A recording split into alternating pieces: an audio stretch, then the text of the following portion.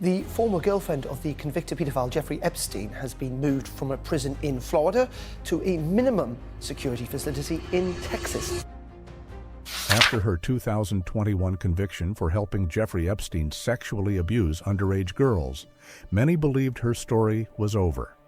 She was sentenced to 20 years behind bars, expected to live out her days quietly in a low-security Florida prison. But something changed. In July 2025, Ghislaine Maxwell was quietly transferred to a minimum security prison camp in Bryan, Texas, a facility with no perimeter fences and looser supervision. The timing? Just 1 week after she reportedly met with a top official from the U.S. Department of Justice. Why now? Why her? It's not just a routine transfer, it's raising serious questions. Especially because, in that same week, the Justice Department asked a court to unseal confidential grand jury records from both the Epstein and Maxwell cases, documents that may contain the names of others involved. And then came the surprise. In a televised interview, Donald Trump was asked if he would consider pardoning Maxwell. His answer? I could, but nobody's asked me. This is more than a prison move. It's a sign that the Epstein story may not be as closed as it seemed. For years, the public has been told this case was over. But now, doors are opening and shadows are stirring. Stay with us. What's happening behind the scenes may change everything we thought we knew. Who is Ghislaine Maxwell? For years, Ghislaine Maxwell was a fixture in elite social circles. Educated at Oxford, the daughter of disgraced British media tycoon Robert Maxwell, she moved through the worlds of the rich and powerful with ease. And at the center of it all was one man, Jeffrey Epstein. Maxwell wasn't just Epstein's close friend, she was also accused of being his partner in crime. According to prosecutors and victim testimonies, Maxwell helped Epstein recruit, groom, and exploit underage girls for sex. She found them, gained their trust, and then delivered them into Epstein's world, a world of abuse that spanned decades and involved properties from New York to Palm Beach. After Epstein's death in a Manhattan jail cell in 2019, all eyes turned to Maxwell. She disappeared from public view, hiding out for nearly a year, until the FBI tracked her down and arrested her in New Hampshire in July 2020. Her trial in 2021 was one of the most closely watched in recent memory. Several of Epstein's victims took the stand. They described years of manipulation and abuse, and they pointed to Maxwell as the one who made it possible. In December 2021, Ghislaine Maxwell was found guilty on 5 federal charges, including sex trafficking of minors. She was sentenced to 20 years in prison. But the case didn't end there. Today, Maxwell is appealing her conviction to the U.S. Supreme Court, claiming her trial was unfair. Her legal team argues that media pressure, procedural mistakes, and the emotional weight of Epstein's death made a fair trial impossible. So far, her sentence stands. But the legal process isn't over. And now, with her recent meeting with a top DOJ official and a sudden transfer to a lower security prison, new questions are emerging. Is Ghislaine Maxwell just serving her time quietly? Or is there something more happening behind the scenes? The big transfer. In July 2025, Ghislaine Maxwell was quietly transferred. Her journey from FC1 Tallahassee in Florida, a low-security federal prison, to a minimum security camp in Bryan, Texas. On paper, this may look like a standard Bureau of Prisons decision, but a closer look reveals why people are paying attention. FCI Tallahassee, where Maxwell had been held since her sentencing, is already a low-security facility.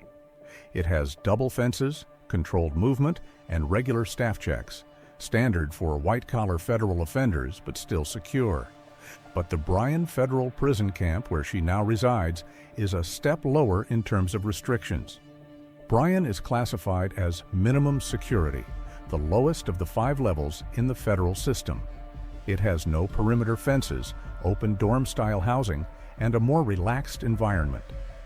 Inmates there often work jobs, participate in programs, and move with far less restriction. Why the change? The Bureau of Prisons hasn't given a reason. A spokesperson said the agency does not comment on individual transfers, only that they consider security level, behavior, sentence length, and individual needs. But the timing of Maxwell's move raises eyebrows. It came just days after she met with Deputy U.S. Attorney General Todd Blanche, a rare meeting for someone serving time for a high-profile federal conviction. Was this move simply bureaucratic? Or is there more going on? One thing is clear: Maxwell is now in a facility where security is looser, freedom is greater, and where someone, even with her past, might feel just a little more comfortable. Why now? Meetings like this don't happen often, especially not for inmates serving a 20-year sentence for one of the most notorious sex trafficking cases in recent history. So why now? What was discussed? And why was this meeting important enough to happen in person? Blanche, according to sources close to the Department of Justice, is under growing pressure, not just from lawmakers and journalists, but from both ends of the political spectrum. Conservatives are demanding transparency. Democrats want accountability. And the public, still haunted by Epstein's crimes, wants answers. It's reported that Blanche asked Maxwell for information, specifically, who else was involved? Were there more names, more enablers, more high-profile figures connected to Epstein's web of abuse? That's the question many believe he came looking to answer.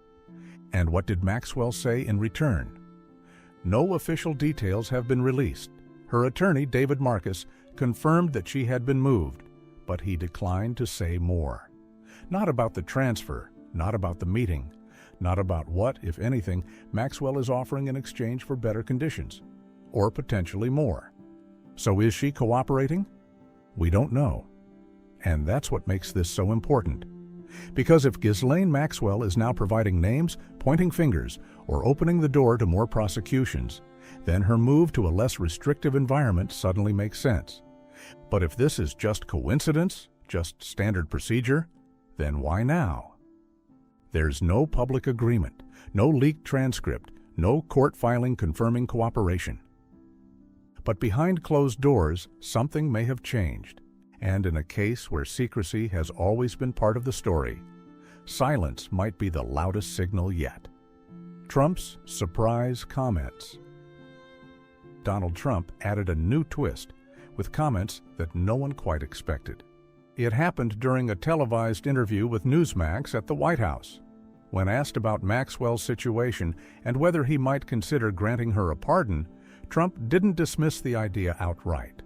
Instead, he said simply, "I'm allowed to do it, but nobody's asked me to do it." The response was brief but powerful, and to many surprising. This isn't the first time Trump has been asked about Maxwell. During his presidency, he was criticized for offering her well wishes while she awaited trial. But now, years later, his tone remains neutral, detached even. "I know nothing about the case," he added during the interview. But that's not entirely true. Trump once knew Epstein. He admitted as much in interviews years ago, saying the two were social acquaintances before later distancing himself. Photos of Trump and Epstein attending the same parties and events have been widely circulated. Maxwell was often there too. So when Trump says he knows nothing about the case and leaves the door open to a possible pardon, it naturally raises questions. Is this political theater? An attempt to stay out of the storm? Or something else? Even more telling were his comments about the recent meeting between Maxwell and Deputy Attorney General Todd Blanche. Trump told the interviewer that he believed Blanche just wants to make sure that innocent people aren't hurt when documents in the Epstein investigation are released.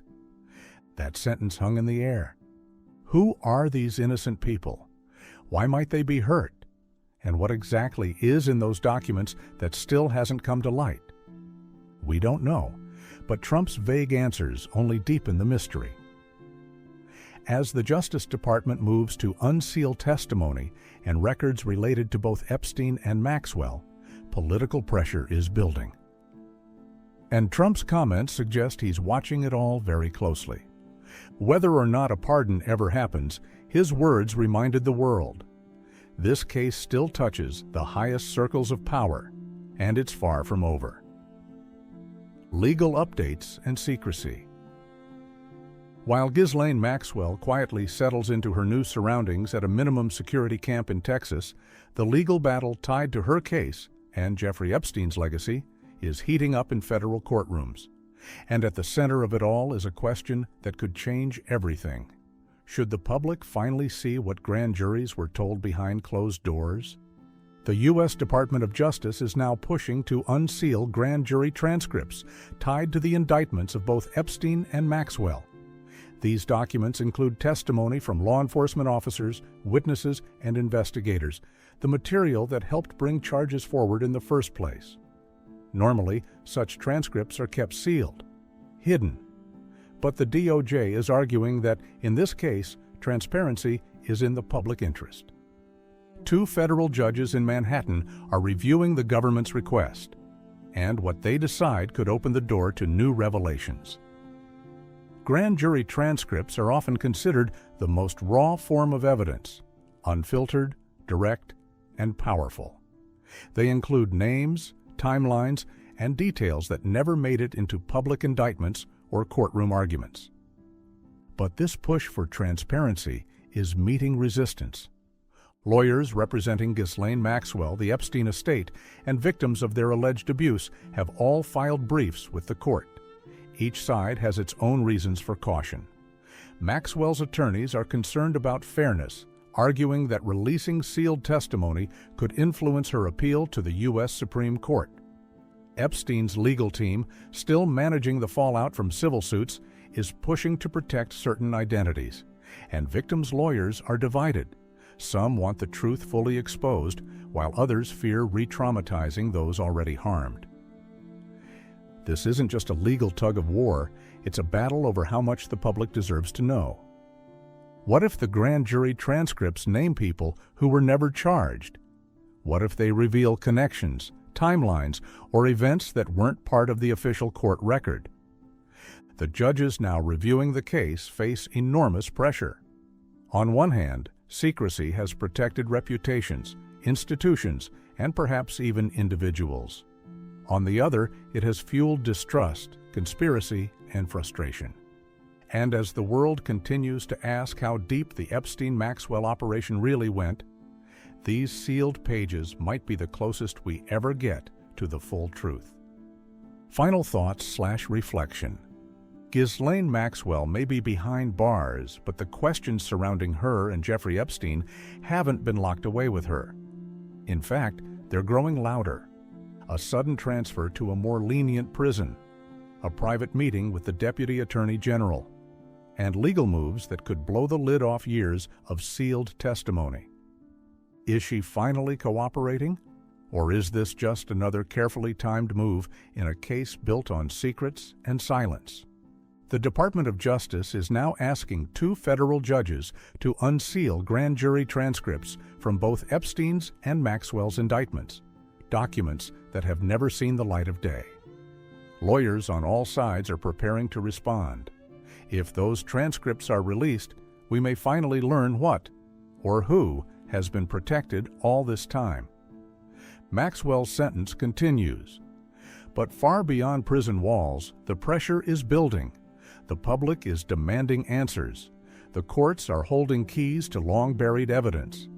And this case, once declared closed, may be opening again. Because truth has a way of resurfacing even when buried deep. And now, the world is watching. If you want to follow more stories like this, subscribe, like, and turn on notifications. There's much more to uncover.